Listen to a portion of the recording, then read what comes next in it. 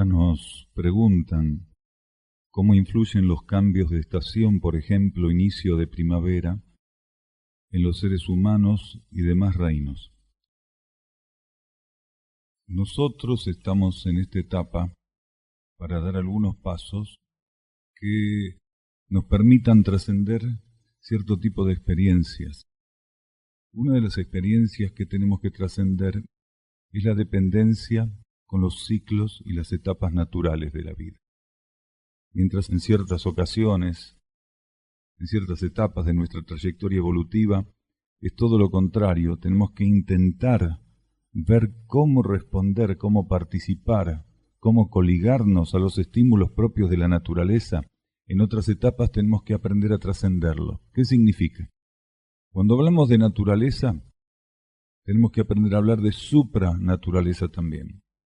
El término supranatural, no sobrenatural, sino supranatural, quiere decir naturaleza superior, es un término que no está instalado como concepto en la conciencia de la humanidad ni de los individuos que la componemos.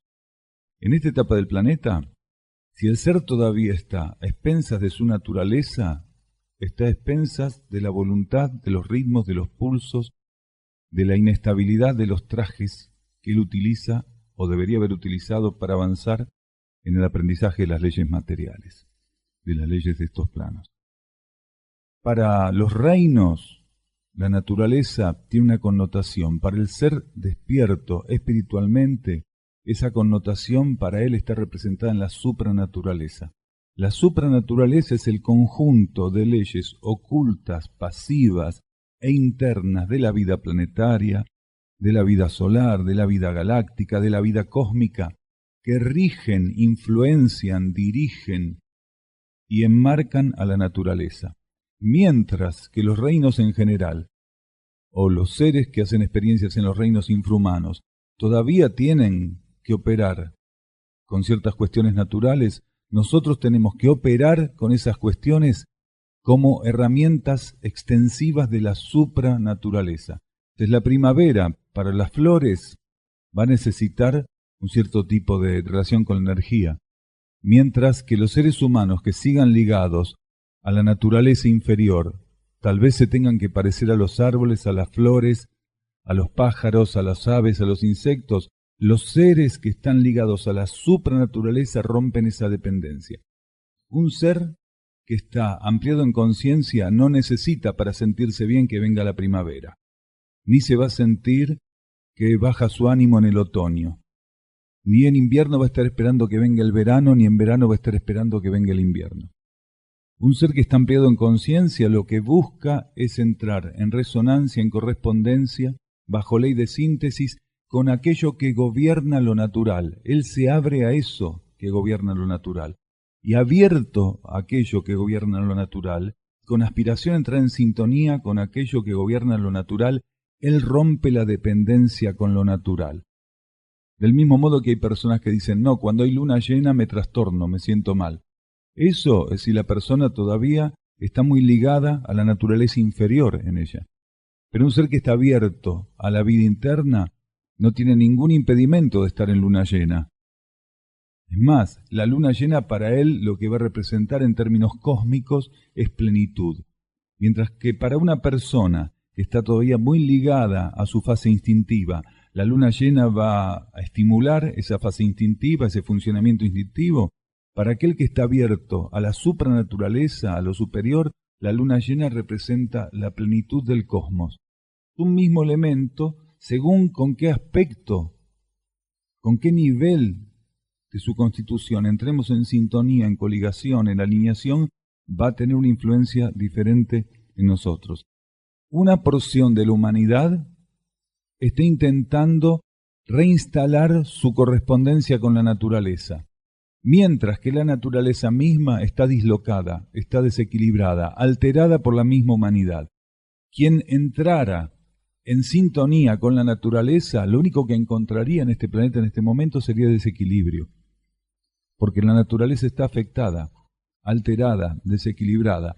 Pero aquel que pudiera entrar en sintonía con lo supranatural, quiere decir con aquello que no tiene interferencias, con aquello que tiene estabilidad, con aquello que ofrece armonía, con aquello que es inalterable en su propio nivel y en el ciclo donde tiene que mantenerse, podría estar en los planos donde la naturaleza afecta con su desequilibrio y se ve afectada con un mayor equilibrio y mayor armonía que el que la naturaleza ofrecería por sintonía. Hay personas que dicen, hay que retornar a lo natural, ya no hay tiempo. Hay que colaborar para que se reinstale el equilibrio en el planeta, hay que colaborar para que se reinstale la armonía en el planeta, pero eso solamente se puede hacer en sintonía con lo supranatural, quiere decir, con la fuente de la cual la naturaleza depende. La fuente supranatural tenía y tiene todo el poder para hacer que las leyes naturales, quiere decir, las leyes, las energías y las fuerzas que conforman la naturaleza, esa fuente supernatural tenía todo el poder para hacer que la naturaleza ofreciera las condiciones de armonía y equilibrio adecuadas. Pero hay una limitación en cuanto al aprendizaje kármico que el hombre rompió. Hay un límite que el hombre ultrapasó, que el hombre no respetó.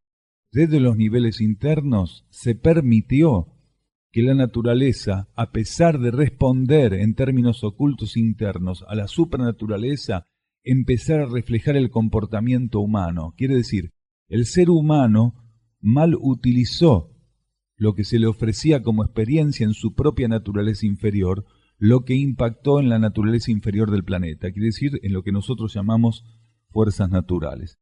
Entonces, la mayor parte de la humanidad sigue colaborando para que la naturaleza esté en desequilibrio, para que la naturaleza no armonice, para que la naturaleza no pueda ofrecer lo que realmente debería ofrecer.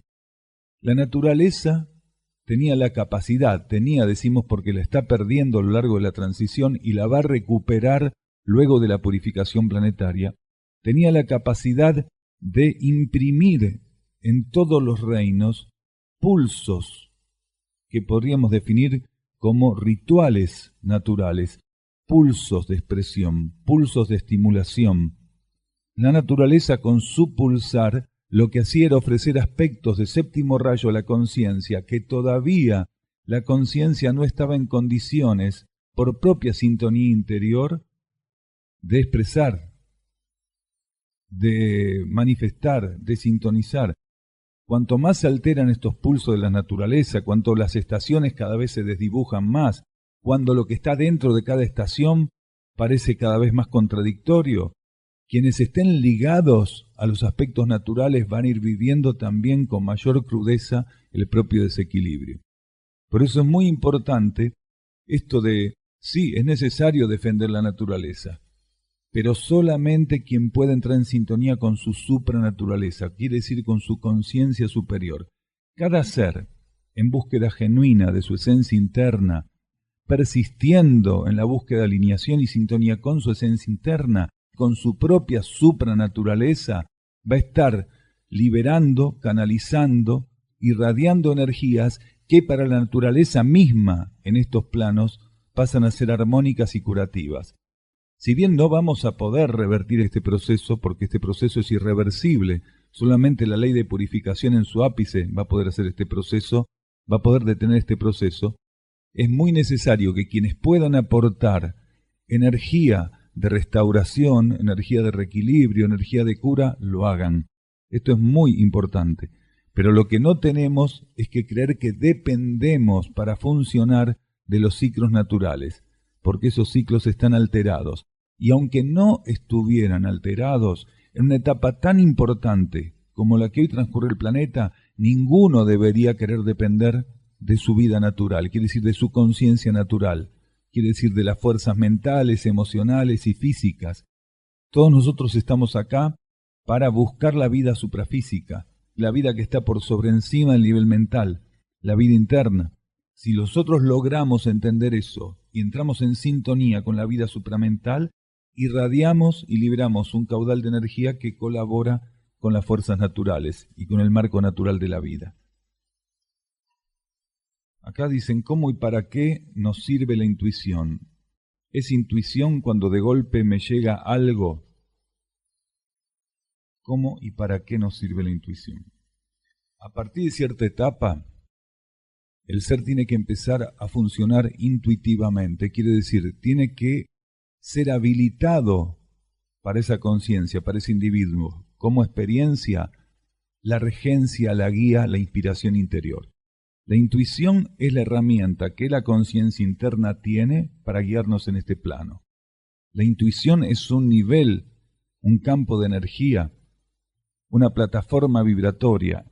En el nivel intuitivo nosotros tenemos un núcleo de conciencia.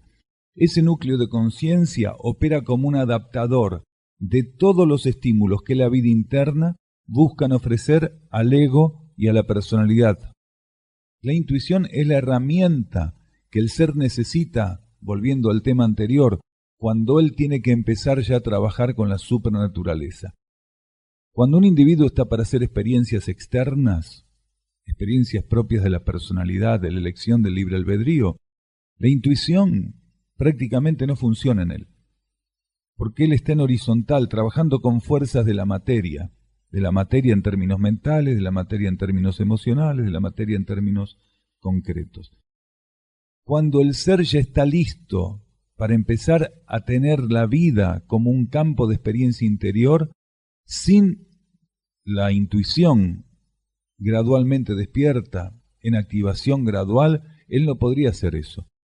Para que la vida sea una experiencia interna, el ser tiene que empezar a funcionar intuitivamente. Porque para que la vida sea una experiencia interna, el ser tiene que tener guía interna.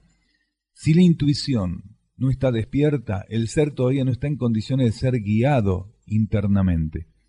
Él sí está en condiciones de elegir las experiencias externas, porque la ley de karma le da esa posibilidad. La intuición sí debe precisamente para llevar al individuo a la concreción de la existencia en sintonía con la vida interna, con la voluntad interna. Si no funcionamos intuitivamente, estamos funcionando todavía con las fuerzas instintivas. El remanente de nuestro paso por el reino animal está muy vigente en nosotros. Hay personas que funcionan instintivamente y, aunque parezca que puede ser una contradicción en términos de lo que es la intuición, le va bien funcionando instintivamente, porque todavía no pueden funcionar intuitivamente. Los animales funcionan por instinto. El instinto es un órgano sutil que permite al animal ser guiado desde los niveles internos de la vida a través de estímulos que las almas grupo de esas especies ofrecen a los individuos que la componen. Esto es así. Mientras un ser necesita ese tipo de órgano, ese tipo de herramienta, la va a tener, va a recibir estímulos, va a ser guiado mediante esa operatividad. Pero cuando el individuo crece internamente, si no pudiera despertar intuitivamente, la instintividad, no la intuición, la instintividad pasaría a ser para él un fuerte interfiriente, un filtro muy grande. Hay seres que no están despiertos internamente, o si están despertando internamente, todavía ese despertar interno espiritual no es lo suficientemente marcado, con un potencial lo suficientemente apto como para poder volcarse como una regencia hacia la conciencia externa, hacia el ego, hacia la personalidad.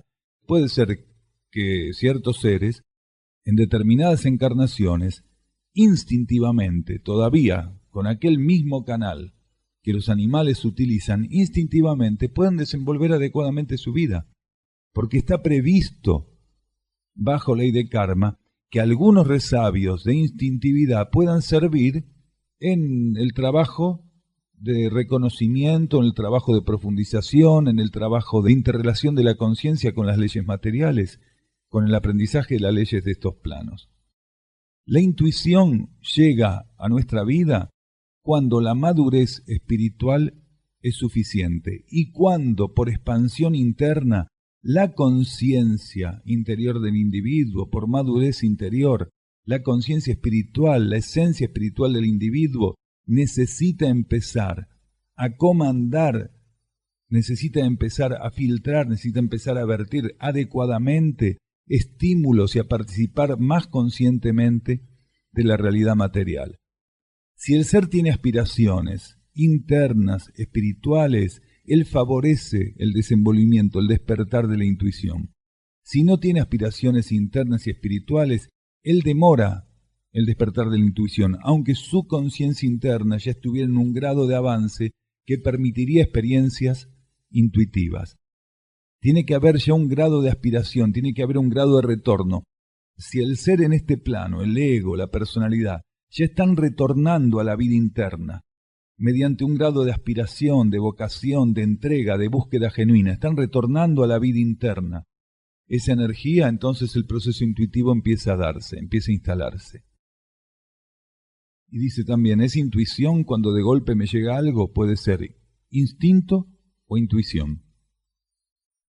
La diferencia cuando es instintiva la comprensión y no es una cognición intuitiva, cuando la cognición es instintiva, es que el ser, al responder a esa cognición, al manejarse con esa cognición, sigue alimentando el proceso kármico.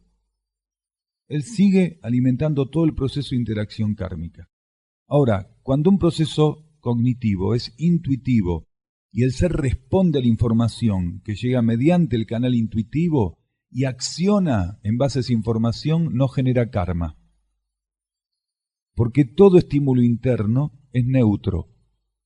Mientras que el ser, respondiendo a las fuerzas instintivas, puede generar karma, ya sea positivo o negativo, dependiendo el tipo de acción que emprenda a partir del proceso instintivo. Si lo que llegó por el canal intuitivo es genuinamente intuitivo y él responde a eso en sintonía, no genera karma, por lo cual ese individuo ya está operando en la neutralización de la presencia y regencia de la ley de karma en el planeta. En esta etapa de transición, algunos de los que están sentados acá ya saben que la ley de karma está expirando, está saliendo de regencia. La humanidad va a trascender, la humanidad terrestre va a trascender la ley de karma. Cuando se reinstale después de la purificación planetaria, la humanidad del planeta va a estar bajo ley evolutiva superior. Este proceso de poder generar, vivir en sintonía con las leyes internas, acciones mediante el canal intuitivo, es colaborar con el retiro de la ley de karma.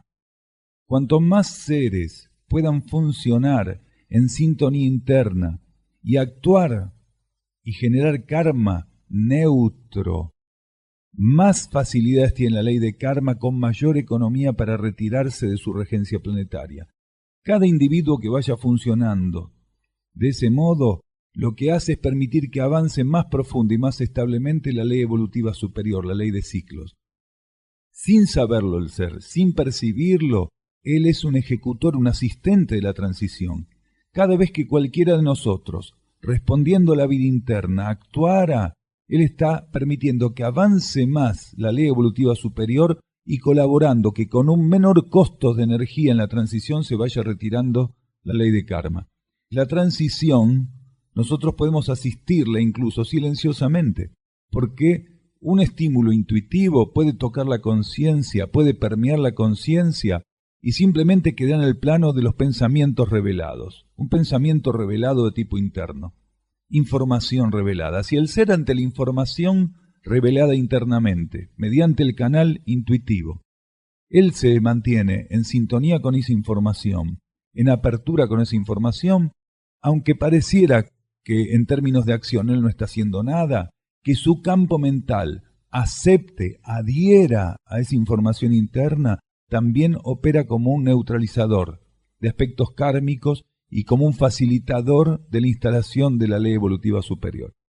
Es mucho más importante de lo que creemos el funcionamiento intuitivo, porque el funcionamiento intuitivo no está para que los seres compitan entre sí, mientras que el funcionamiento instintivo no es ajeno de la competitividad, no es ajeno de todas las fallas que pueda tener la conciencia egoica, la conciencia de la personalidad. El funcionamiento intuitivo, si el ser adhiere profundamente a ese funcionamiento, si él adhiere, responde, obedece a lo que intuitivamente llega, no tiene ningún tipo de consonancia y resonancia de este otro tipo que estábamos definiendo. Es muy diferente cuando el ser adhiere a lo que fuera en términos instintivos o se abre al funcionamiento intuitivo y responde en obediencia a ese proceso. Lo que llega de golpe a la conciencia puede ser instintivo como intuitivo. ¿Cómo sé dónde debo estar sin que mi mente me traicione? Solo el proceso intuitivo puede revelar a un ser dónde tiene que estar, qué tiene que estar haciendo en ese lugar, para qué tiene que estar. Porque si dejamos en manos de la personalidad esa definición, la personalidad siempre va a estar especulando. La personalidad tiene que mantenerse al margen. El ser tiene que tener una característica cuando funciona intuitivamente ya, que es la característica de la obediencia. El ser fortifica la intuición cuando sobre el estímulo intuitivo, una de las formas de responder ante el estímulo es la obediencia. Porque hay seres que cuando llega un estímulo intuitivo, adhieren en conciencia a lo que ese estímulo busca imprimir en ellos, pero no tienen la capacidad de obediencia. Entonces, una cosa es adherir, como decir, sí, yo adhiero para que tal cosa, y después uno no trabaja para que eso se concrete. La intuición necesita no sólo de un cierto grado de claridad, sino de una correspondencia bajo aspectos de obediencia. No todos los estímulos intuitivos necesitan que el ser concientice el estímulo o todo lo que involucra el estímulo. Pero lo que sí es fundamental, que no importando el grado de concientización exista obediencia en el ser. Porque si no, gran parte de la energía intuitiva se disipa en juegos de fuerza. La desobediencia se pueda vivir traumáticamente o no, se la viva sin cargo de conciencia. Hay gente que vive la desobediencia con un cargo de conciencia tremendo y otros nada, como si la desobediencia fuera algo bárbaro. La obediencia es fundamental en términos de trabajo para la conciencia. Es fundamental. Un ser cuando está obedeciendo un estímulo intuitivo, él está abriendo un camino a la energía inmenso, importantísimo. Es fundamental que los seres aprendan a obedecer los estímulos intuitivos, porque abren camino en la faz planetaria. Cualquier ser que obedece un estímulo intuitivo está abriendo camino para otros seres. Cualquier ser que obedece un estímulo intuitivo abre caminos para que la energía circule en equilibrio armónicamente en el planeta. La obediencia ante los estímulos internos es fundamental como herramienta para el reequilibrio planetario y para que un gran volumen o voltaje de energía pueda distribuirse adecuadamente. Si el ser quiere saber dónde estar sin que la mente lo traicione, tiene que aprender a obedecer. Una vez que él reconoce el estímulo interno, más allá de lo que ocurra, tiene que aprender a obedecer. No aprende a obedecer, el estímulo interno es como una energía que se disipa. Es malversación de energía, es hurto de energía. Porque cuando un ser recibe un estímulo interno, un voltaje de energía se le está dando para que lo custodie. ¿Cómo lo va a custodiar? Si él ejecuta lo que el estímulo está imprimiendo en su conciencia. Un ser que recibe un estímulo interno no lo recibe para estar ante ese estímulo como un teórico. Él recibe el estímulo para pasar a ser un práctico. El estímulo lo que le está revelando a él es el carácter práctico de lo que tiene que ejecutar. Porque la parte teórica del estímulo es el estímulo mismo. Si el ser se torna una cripta, un nicho para ese estímulo, lo encapsula y no le permite que haga su trabajo, un estímulo llega para ser liberado en acciones, en sentimientos y en pensamientos a estos planos. Estos planos son para la acción del pensamiento, para la acción del sentimiento y para la acción concreta. Actividad mental, actividad emocional y actividad concreta tienen que responder a los estímulos internos. Si un ser no está en condiciones de hacer eso, la energía queda encapsulada. Y ese encapsulamiento, en términos kármicos, es un hurto de energía. Porque esa energía, bajo ley de obediencia, una vez sintonizada, circula. Si hay desobediencia, una vez sintonizada, se encapsula. La conciencia interna tiene una capacidad absoluta de percibir cuándo tiene que cortar la estimulación. Muchas veces nosotros dijimos, la sobreestimulación no es algo en lo cual cae la vida interna. La conciencia interna, el espíritu de nosotros, nuestra mónada, nuestra alma, jamás sobreestimula, porque sabe que en la sobreestimulación está la anulación del proceso. Nuestra conciencia interna tiene la capacidad de saber cuál es el voltaje que necesitamos. el grado del estímulo, la secuencia del estímulo, si ese estímulo o ese voltaje tiene que repartirse en una gama sucesiva de estímulos o va a ser un estímulo de condición única que puede no volver a repetirse por etapas y etapas o ciclos. Entonces nuestra conciencia interna tiene la capacidad de saber qué necesitamos y el estímulo es eso que necesitamos. En el estímulo está el voltaje. A ver, nadie va a tener que poner una energía de la cual no dispone para cumplir con un estímulo interno. ¿Por qué? Porque la conciencia interna, en su equilibrio perfecto, con el estímulo nos está financiando también la acción de obediencia, porque en el estímulo está el alimento mismo también para cumplir con él. Por eso es tan importante tener la lucidez de destinarse uno a obedecer, porque el estímulo tiene la capacidad en su contexto de albergar el voltaje que necesitamos para cumplir con él. No solo va a revelarnos qué hay que hacer, sino que nos da el alimento energético para cumplir. Lo que ocurre es que los seres muchas veces reciben un estímulo interno, lo viven con mucha gratitud, con mucha alegría, con mucho entusiasmo, y todo eso que genera lo utilizan para jugar a los dados en este plano, y no para cumplir con el estímulo interno. Entonces, el capital que ofrece ese estímulo interno no es aprovechado adecuadamente. Por eso nosotros decimos, cuando una persona recibe un estímulo interno, cuando una persona percibe que está en una etapa de armonía, de equilibrio, no es para dilapidar eso, para derrocharlo en situaciones mundanas, humanas, netamente egoicas de la personalidad.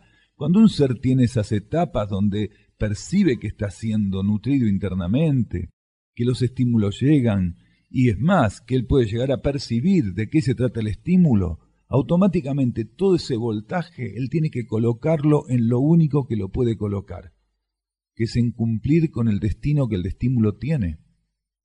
Uno se torna, para la vida interna y para la vida cósmica, un depositario fiable de la energía.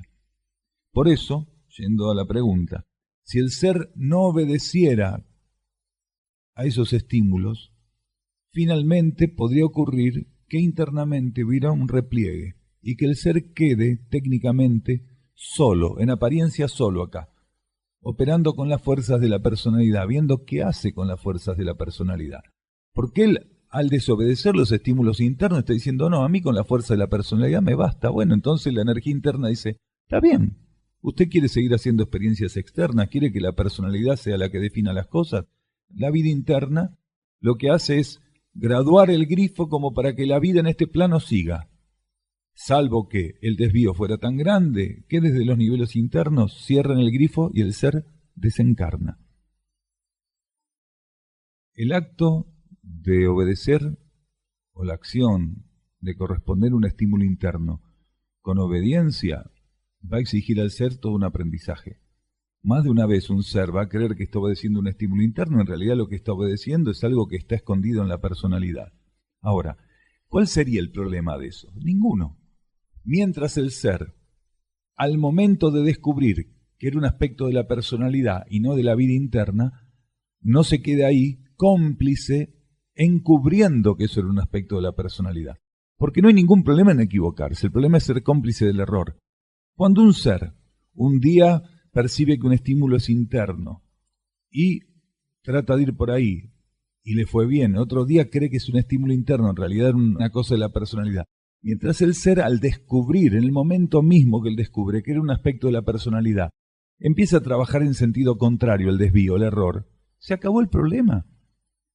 Porque cuanto más flexible sea el ser en su propia observación, más humilde sea en su propia observación, más avance en el autoconocimiento, menos posibilidades va a tener a medida que avanza en ese proceso de desconocer y de confundir lo que es un estímulo interno de un estímulo de la personalidad. Nosotros muchas veces dijimos en estas charlas, el principal aprendizaje para estos tiempos no es la cáscara de la información, sino la esencia. Quiere decir, todos nosotros estamos siendo entrenados por la energía continuamente para aprender a percibir patrones vibratorios, reconocer energías, patrones vibratorios. ¿Un estímulo interno qué es? Es un patrón vibratorio. ¿Un estímulo de la personalidad qué es? Es un patrón vibratorio. Si el ser avanza en el conocimiento, en el reconocimiento, en la diferenciación de patrones vibratorios, él empieza a percibir gradualmente, pero no por el formato que tiene la cuestión, sino por la vibración que tiene, que procede de su propio mundo interno y que procede de los niveles externos de la vida. Porque no es lo que aparente ser, sino lo que él aprende a percibir. La jerarquía de instrucción dice que a medida que avance la transición, todo lo que el mundo externo ofrezca va a tener que ser digno de desconfianza. No vamos a poder confiar en nada de lo que muestra el mundo externo. ¿Qué está diciendo entonces ahí la jerarquía de instrucción? Que todos nosotros vamos a tener que avanzar en el reconocimiento de patrones de energía, de patrones vibratorios, porque el formato que asuma el mundo externo va a ser engañoso y cada vez más engañoso. A medida que las fuerzas psíquicas del planeta, la contraparte mental, la contraparte astral del planeta se densifiquen más, se compacten más, la influencia sobre las situaciones y la capacidad de revestir, de teatralizar, de darle una escenografía acorde a eso, a las situaciones va a ser más grande. Desde aquí a poco, y cada vez más insinuadamente, esas fuerzas psíquicas van a revestir, van a teatralizar situaciones de espiritualidad, de filosofía, de armonía, que no van a ser ciertas. Por eso muchas personas van a estar realmente en zozobra, porque van a ir a responder, van a ir a buscar, van a entrar en sintonía aparente con una cantidad de cuestiones supuestamente espirituales, filosóficas, altruistas, solidarias, que no van a ser tales. Y van a empezar a pasar por esa prueba, porque más tarde o más temprano todos nosotros vamos a tener que pasar por esa prueba, de no quedarnos en términos de la apariencia para definir qué es un elemento. Los elementos se definen energéticamente, vibratoriamente.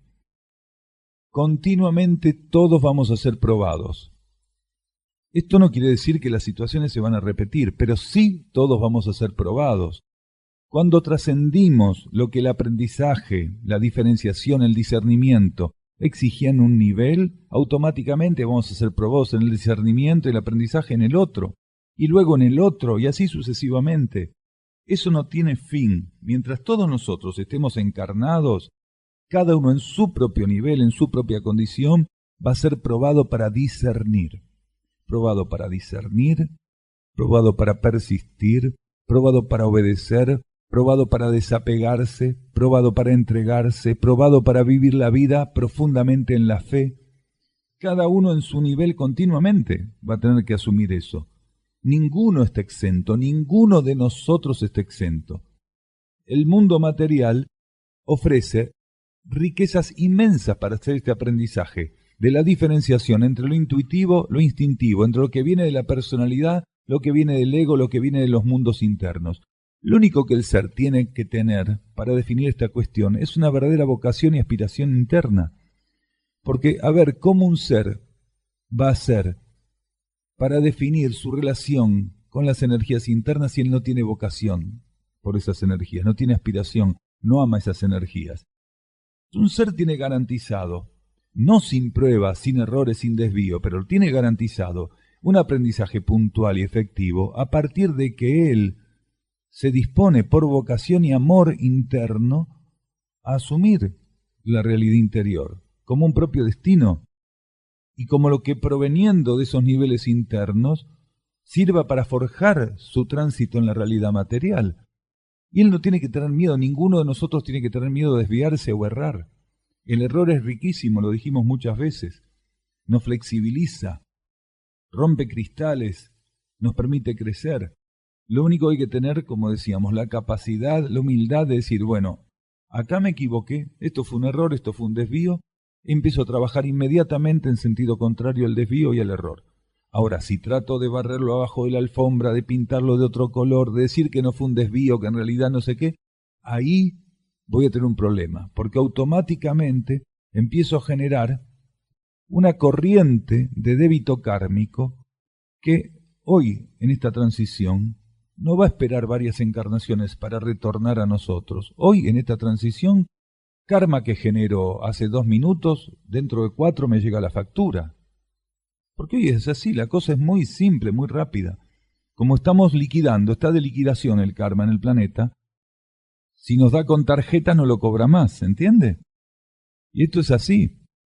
No hay plan Z para karma. Hoy es así. Uno asume una cuestión equivocadamente, ya sea conscientemente o no conscientemente, y al rato está por ahí ya, le están mandando por mail. Usted tiene ya a disposición la factura electrónica de esto, bájela.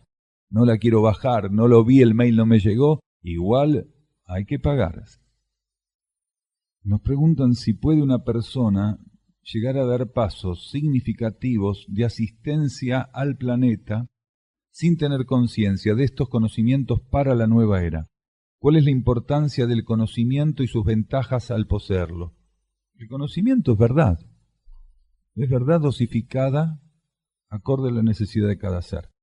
Un ser no puede recibir un conocimiento para el que no está listo, ni puede rehuir que la vida lo esté colocando ante un conocimiento que necesita, porque por más que él quisiera rehuir no puede, y por más que quisiera acceder a un conocimiento que no le compete, tampoco va a poder. El conocimiento equivale a una forma que encuentra la esencia de la verdad y la verdad de la esencia para ofrecerse a la conciencia. El conocimiento es la verdad. El conocimiento más tonto, entre comillas, es la verdad. Lo que ocurre es que nosotros, por falta de flexibilidad, creemos que el conocimiento es tonto cuando los tontos somos nosotros ante el conocimiento. No existe ningún conocimiento tonto. Ninguna información genuina es relativamente importante o sin importancia. El verdadero conocimiento es la verdad ofrecida a la conciencia en la medida que la conciencia está necesitando esa porción de verdad. Entonces la verdad lo que hace es impregnar la conciencia, ir ganando terreno sobre la conciencia. La verdad se ofrece como conocimiento al individuo y empieza a absorberlo en esa energía. La verdad, la energía, son herramientas del único, son el único ofrecidos de un modo en particular.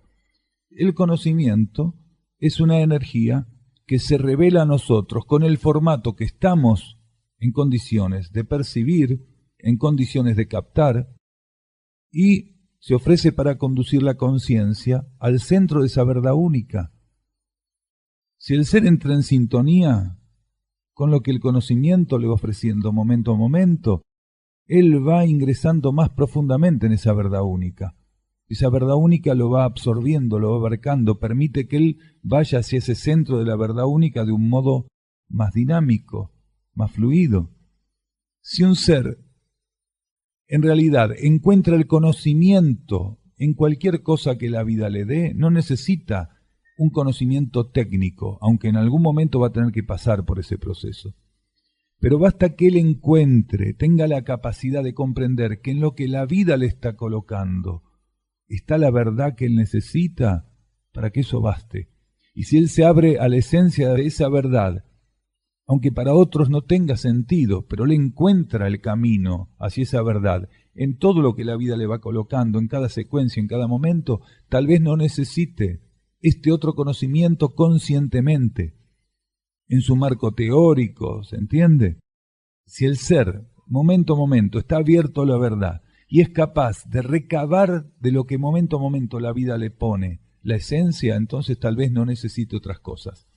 Ahora, podría ser que en ciertas encarnaciones, entre otros formatos que el aprendizaje ofrece al ser, que la energía de instrucción ofrece al ser, esté la concientización de aspectos de la realidad cósmica, tanto del marco galáctico o intergaláctico, como del marco solar o estelar, como del marco planetario, como del propio mundo interno del ser.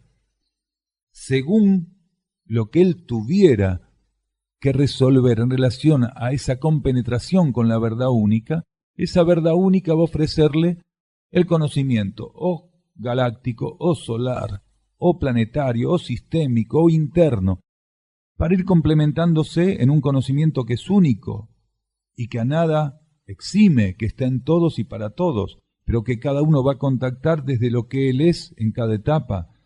En realidad nadie necesita una información que es inútil para su conciencia, porque eso sería nocivo, a un grado tal que podría desintegrarlo. Pero sí el ser necesita tener receptividad y disponibilidad incondicional para que aquella información o conocimiento que tuviera que llegar a él lo encontrara disponible. Porque en síntesis y bajo ley de síntesis, cuando un conocimiento llega, una información llega a un individuo, nada puede suplir esa información. Él no podría elegir otra información, no podría determinar que fuera otra cosa la que llega a su vida. Por eso tiene que encontrarnos receptivos, la información tiene que encontrarnos receptivos, el ser tiene que estar carente de prejuicios, de preconceptos.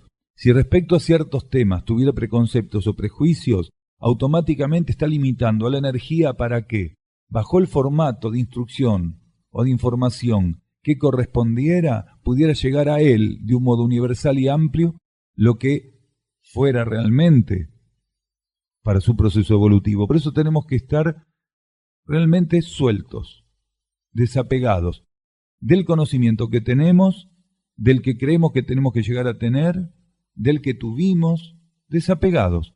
Si el ser se encuentra flexible, disponible incondicionalmente y sin una obsesión por tomar conocimiento o por algún tipo de conocimiento en particular, logra colocarse en una actitud, logra colocarse en una posición donde el juego necesario, la flexibilidad necesaria, donde las condiciones necesarias estén implantadas. Y ahí se distiende, ahí realmente se distiende. El que busca el conocimiento compulsivamente, como aquel que cuando está listo para un conocimiento, una información determinada, intenta rechazarla, ese está en problemas transitoriamente. Acá nos preguntan respecto a los cambios o hipofunción de los chakras y qué debemos hacer para desarrollar el consciente derecho. Las condiciones del consciente derecho, las condiciones de los chakras, son condiciones que en realidad dependen de necesidades internas del ser. Un ser tiene chakras porque su conciencia interna necesita que él tenga chakras. Quiere decir que se expresen en este plano la energía de su conciencia mediante chakras. Si el ser está entrando en hipofunción con los chakras y desenvolviendo el consciente derecho, es porque su conciencia interna necesita llevar a los chakras en una hipofunción o una desactivación gradual y pasar a aquel otro circuito de energías del consciente derecho. Entonces, lo primero que tenemos que tener en claro, que la determinación de que los chakras estén en un cierto grado de actividad o en un cierto grado de desactivación, y lo mismo el consciente derecho, depende de una necesidad interior, no de una elección de la personalidad. Hay seres que tienen un apego por el conocimiento del ciclo anterior y dicen, no, ¿cómo no voy a tener más chakras? Eso es imposible. ¿Por qué es imposible? ¿Qué tiene de imposible eso? Los seres se tornan posesivos por hábito, por miedo más que nada. Muchas veces dijimos en estas charlas, tantas encarnaciones y encarnaciones ensayamos con el tema de los chakras, lo conocemos del derecho, del revés, que es mucho más fácil. Entonces todo lo conocido es más fácil de aceptar. Entonces hay seres que han estado 20, 30, 40 encarnaciones haciendo trabajo con sus chakras, conscientemente. Y ahora de repente se encuentran encarnados y reciben la información de que los chakras están entrando en hipofunción. Entonces, para muchos que todavía son rígidos, que tienen apegos, eso es como un baldazo de agua fría. Y lo que no pueden entender esos seres, tal vez por inflexibilidad todavía, es que cuando trabajaron, como trabajaron con sus chakras por estímulo interior, porque su interno los habilitaba a eso. Su interno tenía la necesidad de que esos chakras llegaran a un grado de armonía y de correlación entre ellos, para que la propia vida interna pudiera, con ese grado de correlación, de armonía, de interrelación entre ellos, hacer parte del trabajo que la vida interna tiene que hacer en la materia. Porque necesita la vida interna que las energías estén en un grado de regulación, armonía y circulación óptimos para cada etapa, o lo suficientemente cercanos a la condición necesaria. Entonces, en una cierta etapa, la misma vida interna es la que va a desactivar los chakras y va a estimular el desenvolvimiento, el desarrollo, el despertar de otros centros. La relación de la energía interna con la energía externa es absoluta y directa. Nadie que tenga los chakras en actividad total, ajeno a la voluntad de las leyes internas que lo están rigiendo. Esa actividad total está en consonancia con esas leyes internas. Nuestra conciencia interna, en cierta etapa, ¿qué hace? Comienza a regular la desactivación de los chakras. En esta etapa de transición es la única respuesta que encuentra nuestra conciencia interna para reflejar la polaridad nueva que está rigiendo el planeta, la nueva polaridad que rige el planeta. Porque el despertar del consciente derecho es el despertar de la fase introspectiva femenina de interiorización en la conciencia. Los chakras serán el reflejo de la energía de extrospección masculina, de exteriorización. Nuestra conciencia interna, automáticamente, sin ningún tipo de duda, porque no le compete la duda, porque no es una experiencia interior la duda, automáticamente cuando el marco universal en el que nuestra conciencia interna está inmerso cambia su condición vibratoria, nuestra conciencia interna se torna un diapasón para reflejar esa condición vibratoria. En el ciclo anterior, positivo, masculino, la conciencia interna obraba como un diapasón que hacía que los chakras fueran una herramienta de correspondencia y de reflejo de esa energía. Hoy nuestra conciencia interna, en adhesión absoluta a la nueva situación polar planetaria, emite un patrón vibratorio que despierta el consciente derecho, activa el consciente derecho. ¿Y cómo va haciendo ese proceso de activación cada vez que la propia conciencia interna pasa por un ciclo de expansión? Pasa por un ciclo de iniciación, por una iniciación. Ninguno de nosotros puede elegir, me quedo con los chakras, me quedo con el consciente derecho. El ser tiene que, como decimos, para este caso puntualmente, así también para otros, pero para este caso puntualmente, tiene que aprender a sostener una actitud. Porque ninguno puede decir, bueno, voy a desenvolver el consciente derecho. Ninguno puede. Pero sí puede sostener una actitud. ¿Qué actitud? La de apertura interna, la de aceptación interna, la de obediencia interna, la de flexibilidad, la de neutralidad, la de atención, la de búsqueda de silencio, la de entrega y donación de la propia conciencia al mundo interno. Entonces, si el ser logra eso, genera una plataforma de energía que permite, con un mínimo desgaste, con una gran economía, que empiecen a activarse los nuevos centros de energía. ¿Por qué? Porque la voluntad de la personalidad no está oponiéndose a la voluntad interna. Para que en el campo de la personalidad existan verdaderos cambios, la personalidad aquí en este plano tiene que estar adhiriendo a la voluntad superior. Si la personalidad adhiere a la voluntad superior, se facilita todo, porque la personalidad busca responder energéticamente a la voluntad interna, que lo que está estimulando es un cambio en los patrones vibratorios, en este caso el despertar del consciente derecho. La actitud es un guiño que estamos haciendo, la actitud es precisamente una respuesta que le estamos dando a las leyes internas, diciéndole que adherimos a ellas, que cuente para que en el tiempo, en la ceremonia, en la instancia, en el protocolo que nuestro propio mundo interno considere, nosotros vamos a recibir como una dádiva la transformación de nuestra energía. Hay personas que cuando piensan en que se van a transformar sus chakras, que se van a desactivar, creen que van a morir, creen que van a dejar de ser lo que son, tienen miedo a la transformación. No hay nada más valioso que estar abierto a la transformación. La hipofunción de los chakras lo que está diciendo es que el ser ya está en condiciones de transformarse. Cuando un ser acompaña en conciencia y con actitud que su circuito de energía, lo que él es en este campo energéticamente y vibratoriamente, mude y se transforme, entonces eso es muy importante, porque favorece por síntesis y economía todo el proceso. No existen chakras por arriba de la cabeza. Acá, el más elevado, entre las piernas, el más bajo. Por arriba, lo que existe son centros supraluminares, pero una vez que el circuito de chakras se desactivó y se activó el consciente derecho. A ver, los seres pasan por las pruebas que todavía necesitan pasar. Manipula energía o se expone indebidamente a la manipulación de energía o tiene un concepto errado de la energía, es que todavía él necesita pasar por esa prueba. Quiere decir que no tiene trascendido en términos de esencia lo que ese conocimiento ofrecía a su conciencia. Puede tomarse como un desvío, pero seguramente el ser está en una etapa donde todavía ese desvío forma parte de su aprendizaje. Nadie puede desviarse de aquello que ya trascendió. Nadie puede vivir una prueba propia de lo que ya tiene trascendido. Cuando un ser pasa por una prueba de esa naturaleza es que todavía para él es efectivo. Y está muy bien porque vos dijiste por un problema de salud. Hay personas que ante las dificultades de salud rompen todas las reglas. Sálvese quien pueda, no importa qué, pero es válido. Está bueno porque cuando el ser se expande en conciencia, entiende que en ningún tema todo es válido. Porque para todos nosotros hay un límite siempre. No importa de qué se trate, siempre hay un límite.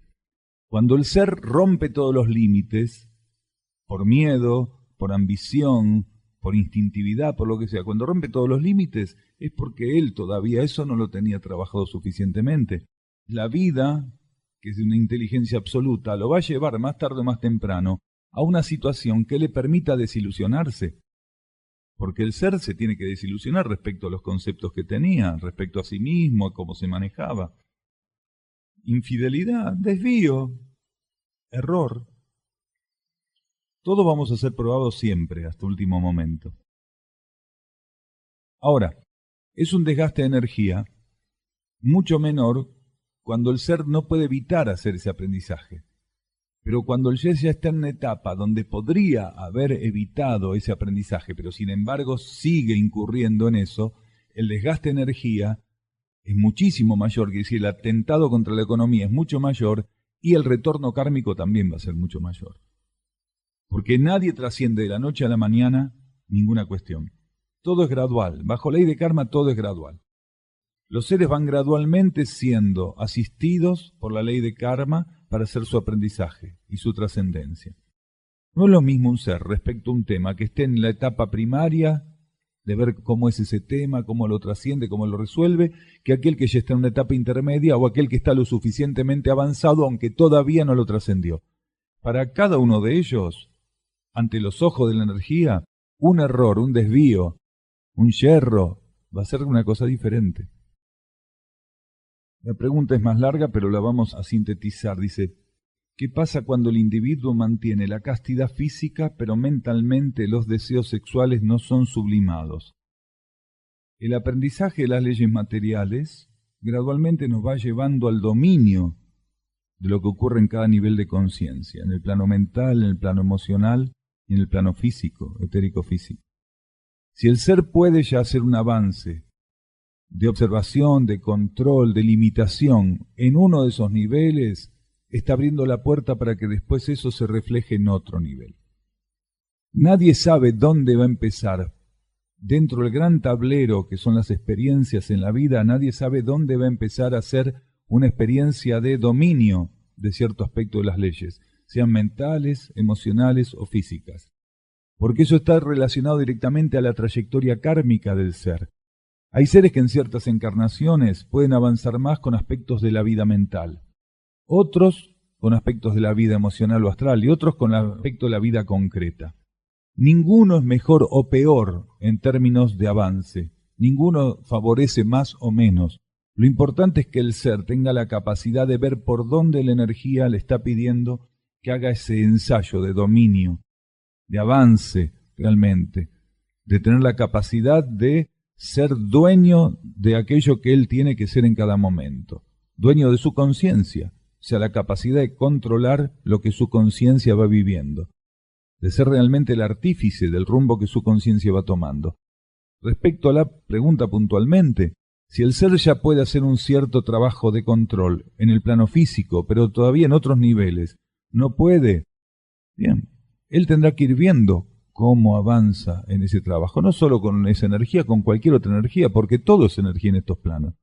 A ver, energía sexual, energía monetaria, energía interna, energía externa, energía mental, energía emocional, todo es energía en estos planos. Si el ser tiene la capacidad de mantener elevada su conciencia hacia la búsqueda interna, incluso glandularmente se produce una armonización. Porque cuando el ser aspira a la búsqueda interna, por sobre otras cosas, glandularmente se produce una armonización.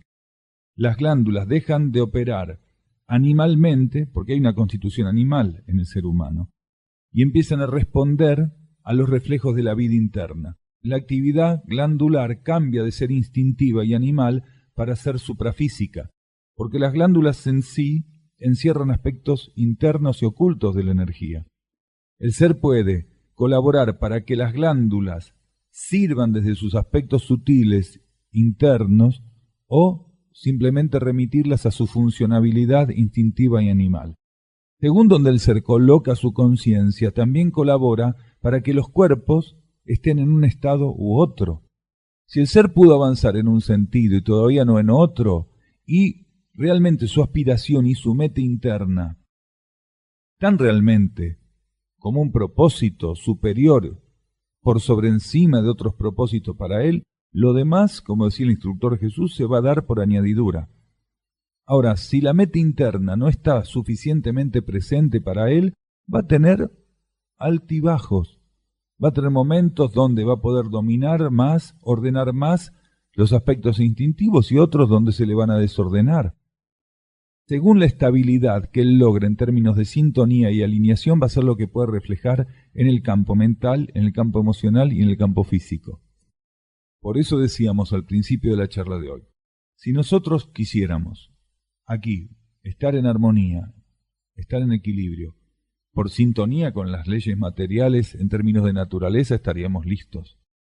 Entonces la inestabilidad forma parte hoy más que nunca de las leyes naturales y de las leyes materiales. Según con qué el ser puede entrar en sintonía, va a ser la capacidad de disminuir la fluctuancia. Un ser es más estable, realmente estable, cuando él entra en sintonía con la vida interna. Su carácter se torna más estable, su comprensión de la realidad es más profunda, su discernimiento es diferente. Según dónde esté colocando su atención, él va transmutando los funcionamientos mentales, emocionales y físicos. Y dentro de los físicos están los glandulares y todo lo que involucran. Según dónde el ser coloca la atención, donde él puede sostenerse en atención, es el proceso. Ahora, la irregularidad, la falta de estabilidad, forma parte del dominio de las leyes materiales. El ser va siendo cada vez más estable y está declarando con eso que él fue avanzando en el dominio de las leyes materiales. Un ser que está continuamente de aquí para allá, de allá para aquí, inestable, está mostrando que en términos de dominio de las leyes materiales, y para quienes no lo sepan, insistimos, involucramos por leyes materiales la materia mental, la materia emocional y la materia concreta. Las leyes materiales son todas, las leyes psicofísicas, ¿se entiende? Entonces ahí está diciendo, él está mostrando cuál es el avance que él tiene en ese sentido. Ahora, cuanto más vocación interna tiene un ser, está también reflejando cuál fue su avance en relación a las leyes internas o espirituales, quiere decir a las leyes pasivas, ocultas. La estabilidad proviene de la empatía del ser con las leyes internas, no de la complicidad con las leyes materiales. Un ser que está en complicidad con las leyes materiales puede parecer estable, pero esa estabilidad no es genuinamente tal, porque la verdadera estabilidad ofrece armonía al planeta. Y cuando un ser entra en complicidad con las fuerzas materiales, por más que aparentemente él esté estabilizado, él lo que está haciendo con la vida planetaria es vampirizarla. Porque cuando un ser no se alimenta por sintonía interna, fagocita el planeta. Por eso es tan importante entrar en sintonía. Cuando un ser entra en sintonía, él lo que hace es revertir cómo su conciencia se alimenta en estos planos. Cuanto más en sintonía entra, él le resta a estos planos hurto de energía, deja de fagocitar la energía de estos planos, pasa a alimentarse más profundamente por energía que proviene de los niveles internos. Entonces él, de absorber la energía de estos planos, pasa a nutrir de energía estos planos. Por más que un ser se alinee en horizontal, como muchas veces dijimos, ¿qué podemos encontrar? Seres que han mostrado, y muchas veces dimos este mismo ejemplo, un Hitler, un Julio César y otros tantos a nivel mundial que han tenido la capacidad tremenda de posicionarse en el planeta, de tener mucha fuerza de carácter, gran control, una cantidad inmensa de energías y de fuerzas que manipularon, pero en realidad deterioraban el planeta. Nosotros en tantas charlas nombramos a Julio César, que es un prócer en Italia y todo el mundo lo estudia. Julio César era un Hitler, era un especulador terrible, un asesino. Lo que pasa es que no tenía las armas de Hitler, sino ni los esquimales se hubieran salvado de Julio César. Y esto es así, y de otros tantos, todos los generales de la historia, y otros tantos más, y personajes de todo tipo, que llegaron a tener un enquistamiento en el poder, una notoriedad, una fama, una influencia inmensa, y aparentemente una fortaleza, una estabilidad que provenía de su complicidad con los juegos de la materia. Habían entendido cómo nutrirse de los juegos de la materia. Pero en realidad, ¿quién pagaba los platos rotos de todo ese proceso? La vida planetaria toda. Se alinearon en horizontal, no en vertical. Para que un ser alineado y estable sea benéfico para la vida planetaria, lo que resulte de esa alineación tiene que ser fluido de las leyes internas, quiere decir energía interior. Cuando un ser se alinea en horizontal, que fortalece los vínculos de la conciencia mental, emocional y física entre sí, pero no orientados hacia la vida interna, sino en complicidad con las fuerzas materiales, se torna un monstruo muy poderoso, nutrido de fuerzas materiales. Las fuerzas involutivas, las fuerzas psíquicas, están esperando personajes de esa naturaleza, porque son grandes canales de desagote al mundo concreto a través de esos seres. ¿Se entiende? Del mismo modo que las leyes internas están esperando individuos que se alineen en vertical para que la vida interna, la energía interna y las leyes internas puedan vertirse en el planeta, las fuerzas involutivas también están esperando que sus canales se alineen en horizontal para poder vertirse fuertemente en ese juego. Pero no era primero que fueron puros vida interna y después se desviaron. Nada. Hitler siempre tuvo esa locura y esa ambición, solo que no había logrado instalarse en el protocolo para lograrlo. No había logrado entender cuál era el protocolo para concretar eso. Que en realidad es lo mismo, porque Hitler lo que era un médium de entidades del plano astral. Lo que vos llamás desequilibrio psiquiátrico, en realidad era una afectación tremenda que su conciencia psíquica tenía, porque él tenía un canal astral abierto. Y toda la basura astral que podía entrar ahí, lo utilizaba como herramienta. Había entidades astrales que él canalizaba. Él tenía esos procesos cuando daba los discursos, porque en realidad más de uno de los discursos que daba era una canalización de entidades del plano astral. Sí, un medium que llega al desequilibrio tal donde el canal mediúmnico termina afectando toda su estructura psíquica es un caso para psiquiatra, pero en realidad, primariamente, lo que estaba ocurriendo era que el canal mediúmnico era tan amplio, él estaba tan abierto a toda esa influencia, que terminaba no solo victimizando a la humanidad, sino siendo víctima de ese proceso, porque las mismas entidades que canalizaba le hacían creer que era el salvador del mundo, pero en ningún momento eran energías superiores. Él creía que era superior. Y casi toda Alemania en algún momento, salvo algunos pocos. No todo, gente lúcida hubo siempre en el planeta. Había una gran cantidad de alemanes que operaban como animales, pero había muchos alemanes, como operó siempre en el planeta, gente muy lúcida, que tenía claro lo que estaba pasando. Y hablando de plano astral, tenemos acá una consulta que vamos a leer. Dice, he leído mensajes espíritas del siglo pasado y muchos de ellos están, según mi propia visión, suficientemente vigentes. ¿Se puede rescatar de esas fuentes o de otras similares alguna sustancia válida relativa a esa enseñanza? En una grabación usted dice que en el plano astral ya no hay luz. ¿Hasta dónde eso se cumple y por qué? Cuando el espiritismo surge, hace algunos siglos atrás, en realidad el espiritismo existió siempre, pero organizado como se lo pasó a conocer en Occidente hace algunos años atrás. Quiere decir, la mediumnidad, el contacto con el plano astral, eso existió siempre. Siempre existió, en todas las etapas, en todos los ciclos de la humanidad, en todas las culturas. Pero hubo un momento donde hubo un estímulo interno para organizar todo ese proceso de control astral, de mediumnidad. Hubo una etapa donde eso se organizó un poco. ¿Por qué? Porque la humanidad, sobre todo Occidente, necesitaba concientizar y, de un modo más organizado, la existencia por encima del mundo concreto. En ese momento la gente no tenía idea de que existía un mundo más sutil que el concreto. Para esas personas, descubrir que existía una conciencia astral, un cuerpo astral, una conciencia mental, un cuerpo mental, era todo un descubrimiento. Ahora no para muchos, aunque todavía hay seres que lo ignoran, Pero en ese momento era muy importante, sobre todo, que Occidente, porque Occidente tenía una ruptura, seguía dogmas religiosos que no le revelaban la realidad de la conciencia, sino por el contrario, restaban a la conciencia la posibilidad de avanzar en ese sentido. En determinadas etapas, la jerarquía misma estimuló que algunos seres pudieran organizar el conocimiento y las energías que provenían del plano astral para que llegaran de un modo más prolijo, más depurado, a la conciencia humana. Sobre todo para esto que decíamos, que la conciencia humana reconociera que existía por encima del cuerpo físico concreto otra realidad. Durante algún tiempo, en el plano astral, hubo una banda de energía que recibía una influencia directa de la jerarquía.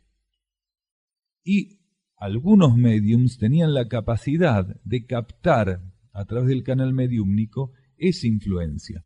Incluso, por los ajustes kármicos que se hacían, muchos seres de determinada capacidad evolutiva pasaban transitoriamente ciclos en el plano astral, siendo que tenían en algunos casos suficiente conciencia evolutiva, suficiente capacidad de ofrecer esos conocimientos como influencia mediúmnica a quienes estuvieran abiertos a ellos. Se conformó una liga, por decirlo de algún modo, una gran entidad de la cual ciertas variables de conocimiento, información u orientación provenían del plano astral. A medida que se fue densificando la capa psíquica, porque la humanidad siguió perdiendo el control sobre todos sus comportamientos, los subplanos más elevados del plano astral, el tercero, el segundo y el primero, hablando de arriba hacia abajo, ¿no?, empezaron a densificarse. Y gradualmente, precisamente por este proceso que el instructor Jesús había estimulado en el planeta, que era la polarización de la conciencia humana en el alma, gradualmente las fuerzas disuasivas fueron ocupando esos subniveles, del primero al tercer subnivel. Fueron ocupando, la oscuridad empezó a hacerse cada vez más presente. La jerarquía llevaba al mismo tiempo a la humanidad a polarizarse en el nivel del alma. El alma de los seres rescatables o de los seres con cierta evolución salía de la polarización en el mental superior y pasaba a la polarización en el nivel intuitivo. Entonces todo el proceso se iba hacia arriba, lo que permitió que las fuerzas involutivas también avanzaran sobre los subplanos más elevados del plano astral. Ya cuando terminó el siglo pasado, el plano astral estaba totalmente contaminado. El plano astral no podía obtenerse nada. Era todo confusión, era todo influencia negativa. Entidades que todavía estaban buscando, como hoy buscan, influenciar seres ingenuos espiritualmente, inmaduros espiritualmente o ambiciosos espiritualmente, que se tornen sus canales y sus receptores. Hoy podemos encontrar una información mediúmnica de hace 50, 60, 70 años que estimula la conciencia hacia la luz. Pero también es cierto que podemos encontrar esa información más sintetizada y actualizada en un nuevo conocimiento. Si el ser siente que empatiza con esa información de hace 60, 70 años, 80 años, 100 años, que provenía del astral, y siente que él tiene que hacer un trabajo con eso, que lo haga, pero que también lo haga con una predisposición a soltarlo cuando el proceso se hubiera agotado. El ser no va a quedar encapsulado, sino va a quedar comprometido con una energía que solamente le tenía que hacer un aporte para que él hiciera un trabajo de concientización, un trabajo de flexibilización. Porque todo el conocimiento que se da en etapas para la humanidad, en escalonamiento, tiene esa función. Es decir, es realmente descartable y reciclable. Nada de lo que la energía ofrece y la instrucción ofrece es rígidamente perenne. Quiere decir, ninguno de los conocimientos que tenemos, de las líneas filosóficas, espirituales, es para siempre. ¿Cuántas veces nosotros decimos, todo esto que en la charla ampliamos o compartimos, tírenlo a la basura inmediatamente si no les sirve? Estén desapegados de todo esto, porque si no se desapegan de esto que sirvió para estos momentos, no pueden estar abiertos para lo que sigue. A pesar de que nos toca a nosotros acá sentados compartir estas cosas, nosotros estamos desapegados. Si mañana internamente se revelara a la humanidad que hay otro conocimiento que sintetiza más la verdad cósmica y la esencia de la verdad para el hombre, esto va toda la basura en mi conciencia, automáticamente. Y esto es la actitud que hay que tener. Todavía circula mucho material viejo porque la gente no tiene la capacidad de abrirse a lo nuevo. Entre los que no tienen la capacidad de abrirse a lo nuevo y un puñado que necesita lo viejo todavía, lo viejo está muy vigente.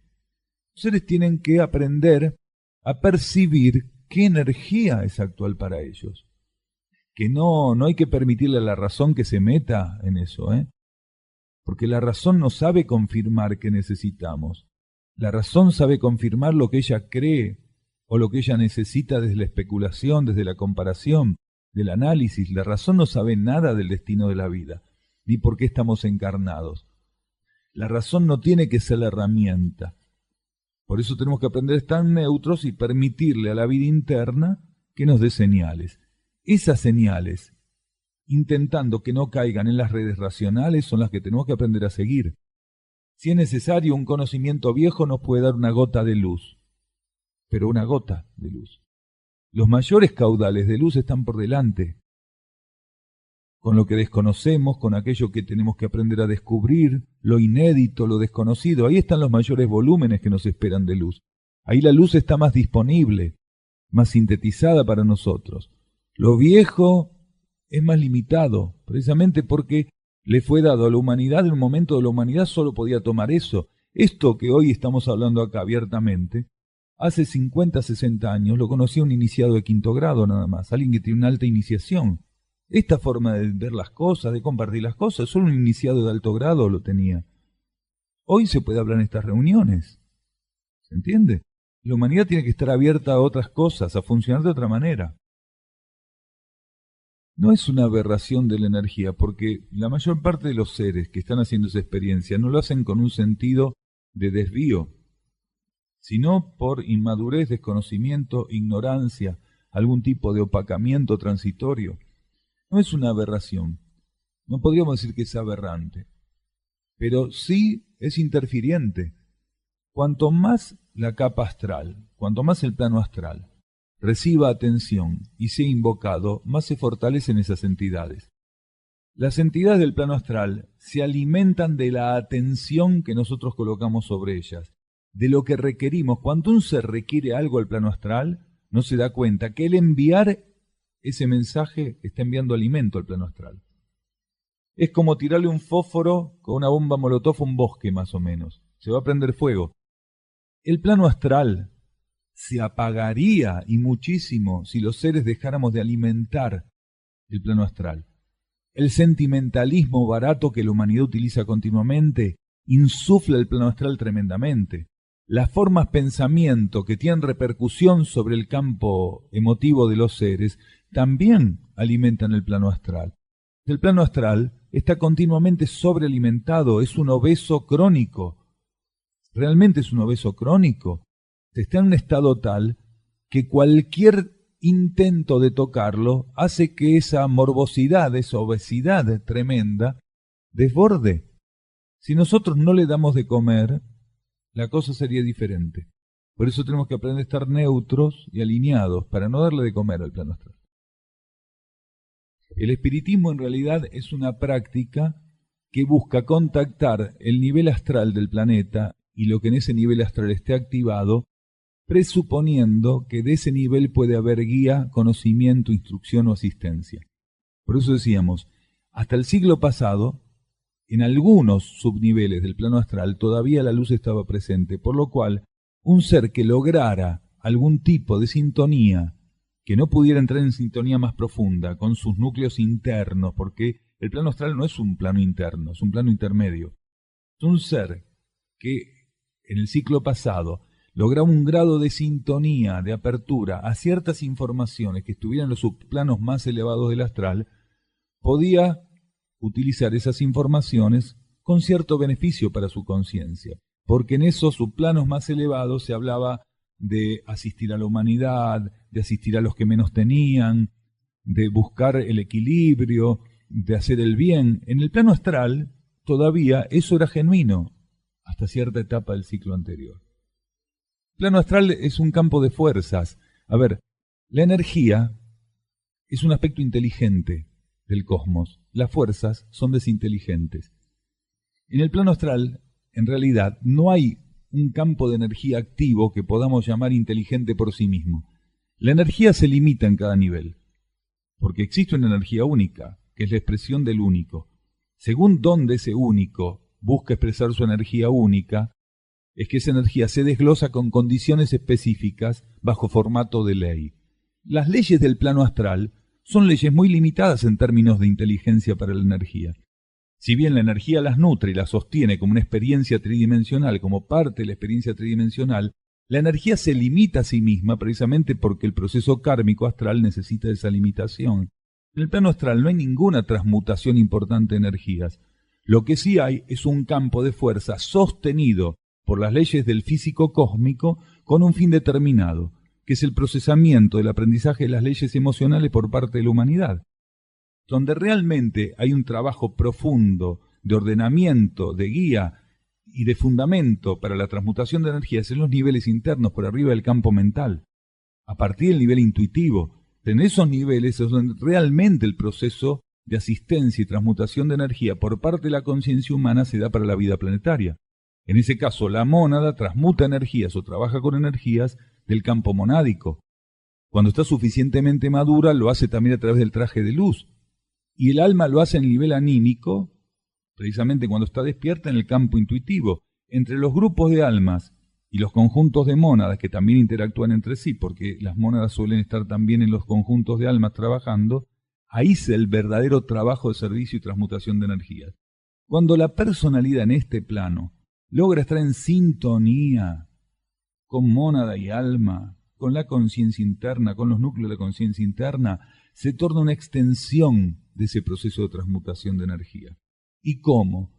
A medida que el pensamiento, el sentimiento y la acción responden a las leyes internas, los mecanismos de pensar, de sentir y de actuar operan como transmutadores. Porque en este plano se necesita que la acción concreta responda a la vida interna, a las leyes internas. Cuando nuestra acción concreta responde a las leyes internas, estamos transmutando al actuar. Estamos quitando al plano de la actuación concreto, estamos quitando una restricción, que es la de estar presa o cómplice de los juegos de fuerza para responder a las energías internas. Lo mismo en la cuestión del sentir. Cuando el sentimiento profundo y elevado se empieza a instalar en el ser, ahí también empieza a operar como una extensión transmutatoria por vía interna. Y lo mismo el pensamiento, cuando el pensamiento es elevado.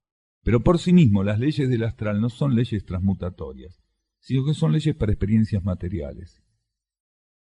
Y tenemos una experiencia astral. Y eso es propio de las experiencias astrales. Quiere decir, desde el campo astral se pueden dar cierto tipo de matices a las experiencias, o se puede dar un revestimiento a las experiencias, que si uno no está atento, puede tomarla como vos lo estás diciendo. No es que la experiencia no fue genuina, lo que no ocurrió es que fue a Saturno. Lo que sí ocurrió es que se involucró, se polarizó en el campo astral. No fue un viaje a Saturno, fue un viaje de conexión con el campo astral del planeta. Por la edad. Un feto puede estar en el vientre de la madre y tener una experiencia astral. Y también puede tener una experiencia interior con su mónada estando en el vientre. O sea, los dos polos. Nosotros a veces decimos esto de los viajes de a Saturno, donde sea, cuando hablamos del Merkaba y de otras técnicas que dicen que se construye un traje de luz a voluntad mediante una técnica puntual que hay que pagar para que te la enseñen, obviamente. Si no, no puedes ir a Saturno a ningún lado si no pagas la cuota.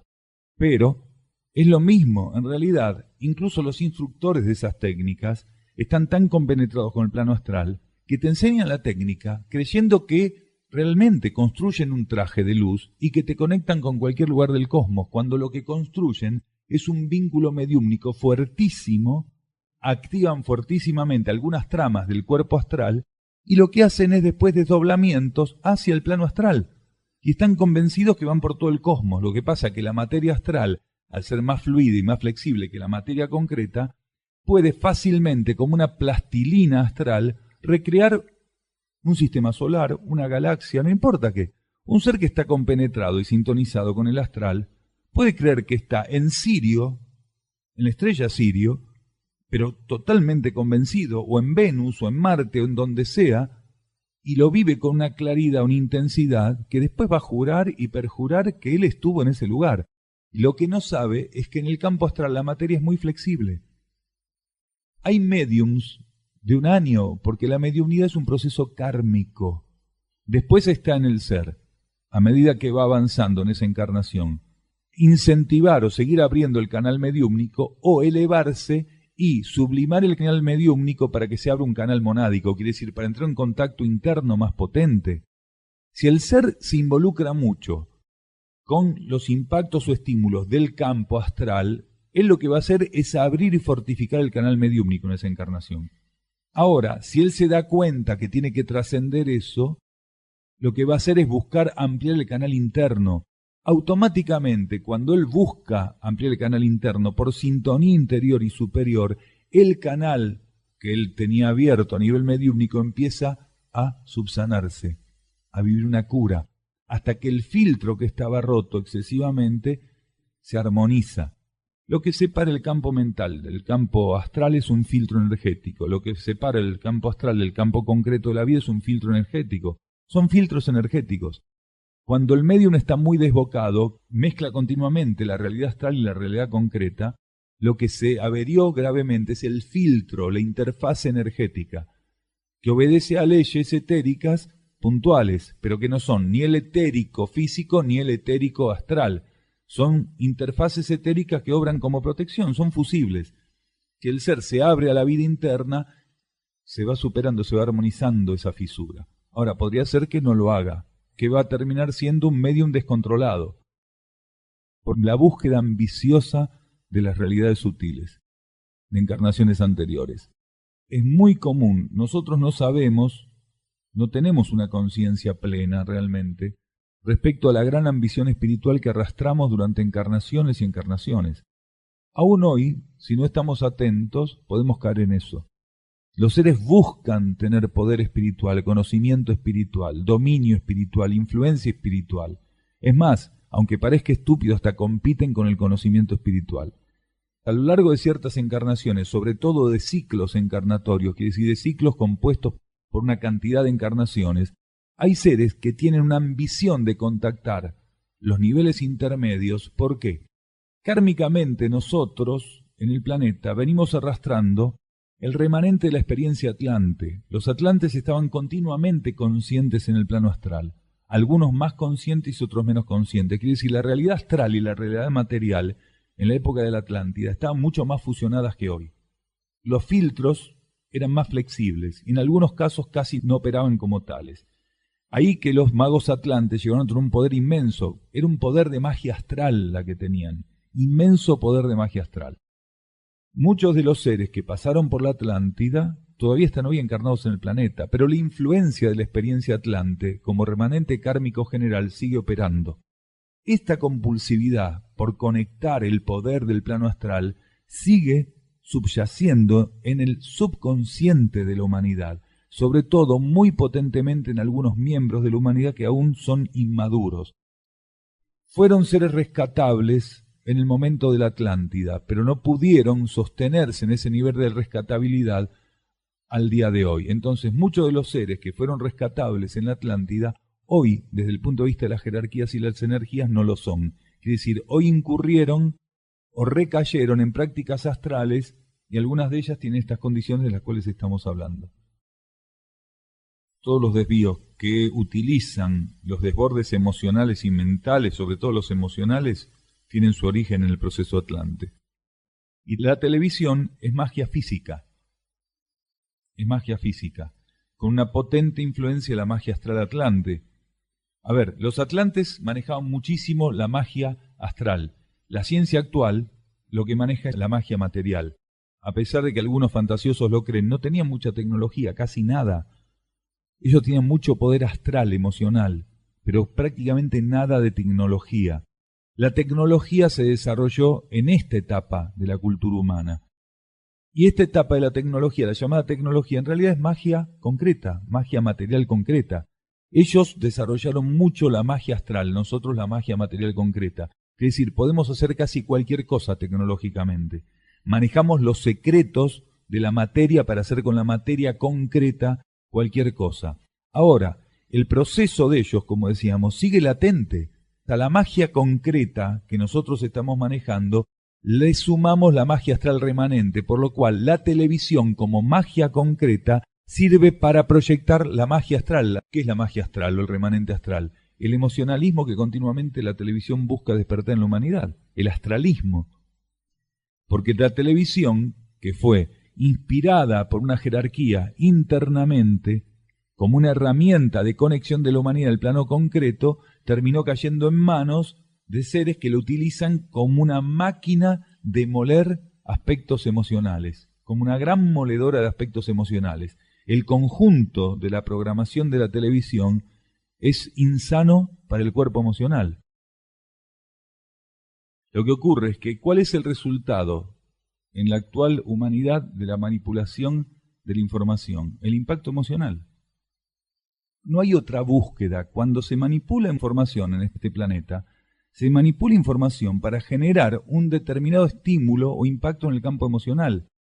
Porque a la gente la siguen manejando precisamente porque no se terminó el proceso purificatorio de la Atlántida, la siguen manejando mediante el emocionalismo. Entonces la humanidad no pudo llevar la conciencia mental a un grado de despejamiento, orientación e identificación con lo superior, y quiso la conciencia mental, se identificó con las fuerzas emocionales. Toda la manipulación informativa está destinada a generar algún tipo de influencia o impacto en el campo emocional del ser. Prendan cualquier programa, no importa de qué tipo sea, y van a ver que está muy orientado siempre a generar un impacto muy fuerte en el campo emocional. Acá, en Argentina y en cualquier otra parte del mundo. Por eso la televisión es tan adictiva, porque el cuerpo astral, con todos sus funcionamientos, tiende a hacer ese proceso de adicción mucho más fuerte, a depender los seres de ese proceso emocional. Sí, hay películas que son inspiradas internamente. Esto no quiere decir que no tengan un grado de contaminación, pero las hay. Avatar es una de esas películas. Rescate en el hielo, donde unas personas vuelven a buscar unos perros que habían abandonado en el Polo Sur. Esas películas son realmente de inspiración interna. Nosotros lo dijimos varias veces esto. Hubo una serie, nosotros lo veíamos ya cuando éramos chicos, que se llamaba El Zorro. El Zorro de inspiración interna. Esa serie fue inspirada internamente. Hay series o películas de inspiración interna. Lo que ocurre es que no se puede evitar que del mundo, el plano de los arquetipos, al plano práctico no existe un grado de contaminación. Eso existió siempre y va a seguir existiendo. Cuando se inspiró, por ejemplo, a la producción de Superman, lo que se estaba buscando era, internamente, estimular a la humanidad para comprender el poder y la actitud de los seres que venían de otro planeta, o de otros planetas, porque Superman viene a la Tierra y busca favorecer a la humanidad. Ese tipo de películas son de inspiración interna. Lo que ocurre es que cuando ingresan a la batea de la materialidad, se enchastran con un montón de cosas que no son parte del arquetipo. Así todo, suficientemente. Vos dijiste ET recién. ET también. Porque en ET, a lo largo de toda la película, hay una cantidad de matices que son propios de la conexión interna de la conciencia puntualmente. Después está esto otro.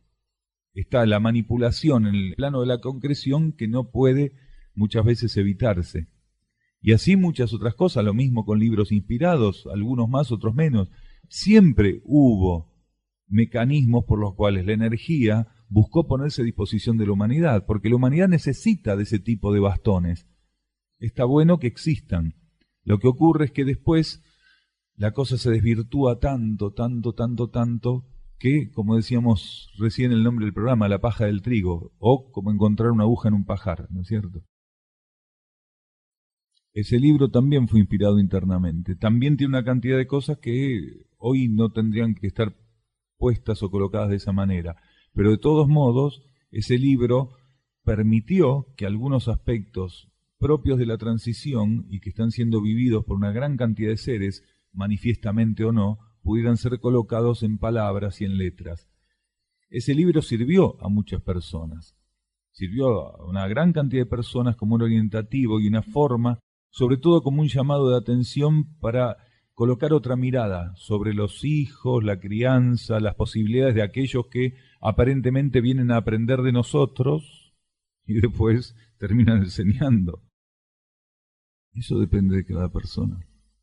No tenemos una información respecto a ese libro que pudiera ser tan categórica. Sí sugerimos que de todos los libros, de todos, de los nuestros, de todos los libros, el ser aprenda a tomar lo que necesita y lo demás lo descarte. Más de una vez contamos una anécdota que vivimos hace muchísimos años, cuando muchos de los libros que hoy están escritos, que como decíamos, hoy se puede hablar de estos temas así como se habla en cualquier lado. Prácticamente faltaría que esto se hable así como se habló acá en un supermercado, pues se habla en cualquier lado. Y en esa época no era tan común, estaba muchísimo más velado, o solamente había aspectos de instrucción relativas exclusivamente al orientalismo, a la cultura oriental, a la filosofía oriental, o a ciertos aspectos del hermetismo, el ocultismo, pero muy barrocos, donde la cosa se tornaba de un acceso, una accesibilidad muy rígida. Esta anécdota que vamos a contar, decíamos, ya la hemos contado, pero vale la pena. Sentimos que vale la pena. En esa etapa nosotros íbamos caminando por cualquier lugar en la avenida Corrientes, que había una cantidad enorme de librerías. Por estímulo entramos a las librerías. Y estaban esas pilas de ofertas, libros viejos, nuevos, por kilo los vendían los libros. Íbamos así, de repente agarramos un libro, íbamos a la caja y lo pagábamos, sin haber visto ni el título a veces. Nos llevamos ese libro, cuando teníamos la oportunidad y el estímulo interno, lo abríamos en cualquier lado y empezamos a leer. Cuando sentíamos que lo que teníamos que encontrar lo habíamos encontrado, el libro lo descartamos, capaz habiendo leído 3 hojas o 4. Otro día lo mismo, salía a buscar no sé qué, terminaba manoteando 1 o 2 libros de una librería. Durante muchos años, para leer un libro tuve que encontrar 30. Simbólicamente hablando, había algo en un libro que era detonante para mi conciencia. Había algo en un libro que no me podía ser ofrecido por otra vía. Seguramente por tener un grado de disponibilidad que lo podía permitir, podía ser guiado intuitivamente hasta el libro. Todavía la información no me podía llegar concretamente de un modo directo, pero sí tenía la suficiente disponibilidad para que me empujaran a una librería y tomar el libro. Durante mucho tiempo fui tomando y recabando informaciones así, que no es menos valioso, es menos sintético. Entraba a la librería y a donde me mandaba la vida iba, tomaba un libro y me lo llevaba. A veces con los títulos más extraños, que no hubiera esperado encontrar nada ahí, y uno se terminaba pegando una sorpresa interesante. Los libros A mí también, la saga A mí también. Tuvo mucha inspiración interna y específicamente más que nada para un ciclo. Hoy son muy limitados. En ese momento sí. A ver, uno puede necesitar, porque la vida interna lo demanda, llegar a un lugar. La vida interna lo demanda. Tu espíritu te está estimulando a llegar a ese lugar y no sabes dónde es. Parás a alguien en la calle, le preguntás dónde es y te dice, acá a la vuelta en tal lugar. Y vos no sabés que ese hombre acaba de robar una casa. Quiere decir, la vida interna puede tomar cualquier herramienta para llevarte donde tenés que ir. Incluso aquel que robó una casa, te lo cruzás fuera de horario de trabajo, le preguntás dónde está aquello que para vos urge encontrar en tu búsqueda interior y justamente él sabe dónde es. Lo que no sabe es que no tiene que robar casas, pero sí sabe aquello que vos necesitas. O está en condiciones de dártelo sin saber incluso el valor que tiene para vos, porque capaz te lo roba. Gracias.